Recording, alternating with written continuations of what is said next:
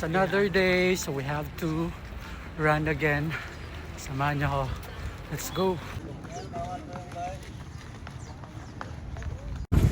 First round, 2.2 kilometers. Another round, let's go.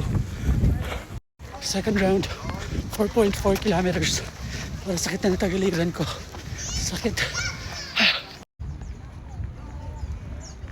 5 kilometers. Hindi na kaya. Sakit sa tiyan. Sakit na yung tiyan ko, guys. Yung tagiliran ko. Sakit. 5 kilometers. 28.29. 28 minutes and 29 seconds. Just mahina day to day. Mahina. 5 kilometers lang yung kinaya natin. Kasi bigla sumakit yung tagiliran ko. I think, ganun talaga pag, alam mo yung kumain ka bago tumakbo. Kumain kasi ako ng rice. Lechon silog pa yung kinain ko.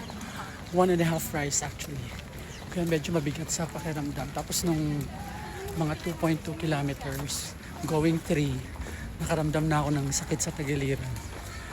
I thought it was just lack of oxygen, so proper breathing. Pero hindi, sakit pa rin eh. Ganun talaga pag maraming laman yung tiyan tapos tumakbo ka.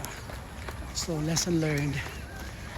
Next time, huwag kakain na marami. Buko juice. Wait lang kuya. Buko juice.